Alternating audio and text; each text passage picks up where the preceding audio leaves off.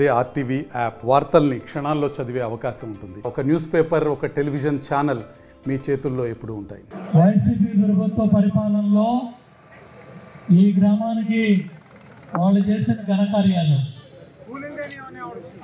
తాగడానికి నీళ్ళు ఇవ్వలేకపోతున్నారు,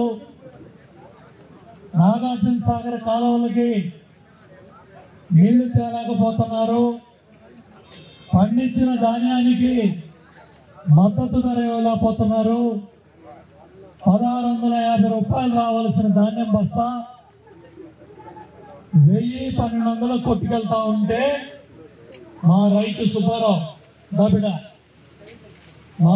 సుబ్బారావు సోషల్ మీడియాలో పోస్ట్ పెడితే కొన్ని వేల మంది రైతులు జగన్ రెడ్డి కళ్ళు తెరిపించారు. గట్టిగా సుబ్బారావు లాంటి రైతు ఇవాళ నాయకుడు. ఆయన ఎంపీపీ స్కూల్ దగ్గర సిఎస్ఐ స్థలం ఉంది, కానీ అక్కడ బిల్డింగ్ లో సిఎస్ఐ స్కూల్స్ మూత పెట్టారు, ఆర్సిఎం స్కూల్స్ మూత పెట్టారు. పల్లెల్లో పేదవాళ్ళ దగ్గరికి వచ్చిన స్కూల్స్ అన్ని కూడా దూరం చేశారు. పేదవాళ్ళ చదువులు నాడు నేడు బిల్డింగ్లు అని చెప్పేసి గాలి వదిలేశారు. ఇంకా చాలా సమస్యలు ఉన్నాయి. ఎస్సీ, ఎస్టీ, బీసీ, మైనార్టీ అన్ని వర్గాలకు సంబంధించిన 120 సంక్షేమ కార్యక్రమాల్ని నాశనం చేసి పక్కన పెట్టి చివరికి ఎంత దౌర్భాగ్య ప్రభుత్వం అంటే అన్నా క్యాంటీన్ కూడా రద్దు చేశారు. ఇక్కడే మన మైలవరంలో అన్నా క్యాంటీన్ దగ్గర 500-600 రోజులకి అన్నా క్యాంటీన్ మైలవరంలో నడిపించిన కార్యకర్తలకి, నాయకులకి, ప్రజలకు అందరూ కూడా ధన్యవాదాలు తెలియజేస్తూ తెలుగుదేశం జనసేన ప్రభుత్వం అధికారంలోకి రావాలా.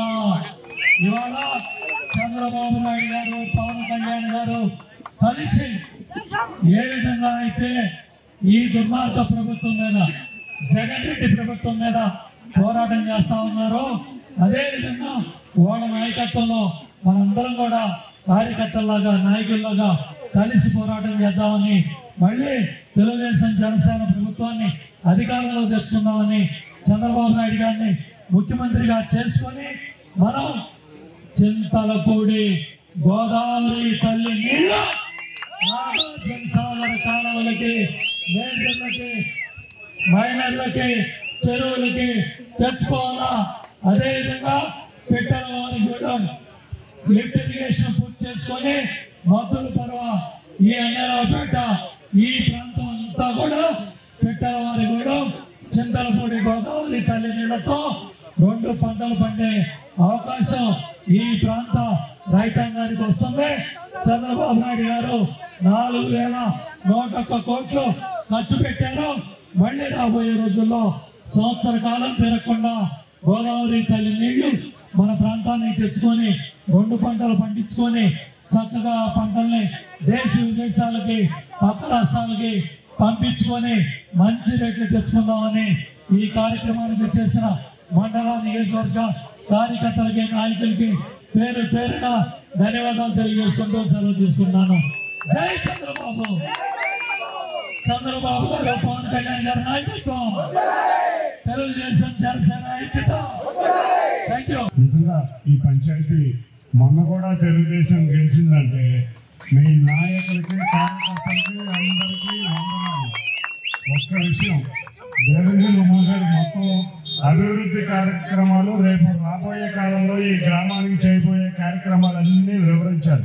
కానీ నేను చెప్పబోతున్నాను, 2014-19 మధ్యలో తెలుగుదేశం ప్రభుత్వంలో దేవినేని ఉమా గారి ఆధ్వర్యంలో ఎన్నో అభివృద్ధి కార్యక్రమాలు ఈ గ్రామంలో జరిగాయి. కాబట్టి అందరూ మనం ఒక్క ఛాన్స్ అన్న విషయాన్ని మోసపోయాం. ఇవాళ మనం చేసిన పనులు మనం చెప్పుకోలేకపోవడమే మన ఇబ్బంది.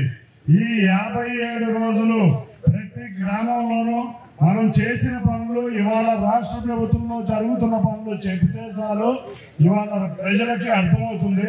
అంతేకాకుండా ఇవాళ ఇక్కడ ఎక్కువగా ఎస్సీ, ఎస్టీ నివాసితులు ఎక్కువగా ఉన్నారు. ఒక్కటి ఇటువంటి గ్రామంలో అభివృద్ధి రావాలన్నా ఈ గ్రామంలో మనం చూస్తే రోడ్లు కానీ ఎల్ఈడి లైట్లు కానీ ఏపించిన ఘనత కూడా తెలుగుదేశం పార్టీదే. కాబట్టి అటువంటి తెలుగుదేశం పార్టీ ఉమాగారు కానీ లేకపోతే ఏ తెలుగుదేశం పార్టీ నాయకుడైనా అధికారంలో ఉన్నా ప్రతిపక్షంలో ఉన్నా పొద్దున్న నుంచి రాత్రి దాకా ఇవాళ మన ప్రజల చెంతనే ఉంటారు. కాబట్టి అటువంటి నాయకుల్ని అత్యధిక మెజారిటీతో గెలిపించుకోవాలని కోరుకుంటూ ఈ అవకాశం ఇచ్చిన మీ అందరికీ పేరు పేరున ధన్యవాదాలు. Thank you. జై తెలుగుదేశం, జై తెలుగుదేశం. Thank you. మరిన్ని వీడియోస్ కోసం ఛానల్ ని సబ్స్క్రైబ్ చేయండి. లేటెస్ట్ అప్డేట్స్ కోసం వాట్సాప్ ఛానల్ ని ఫాలో చేయండి. అండ్ లింక్ డిస్క్రిప్షన్ లో ఉంది.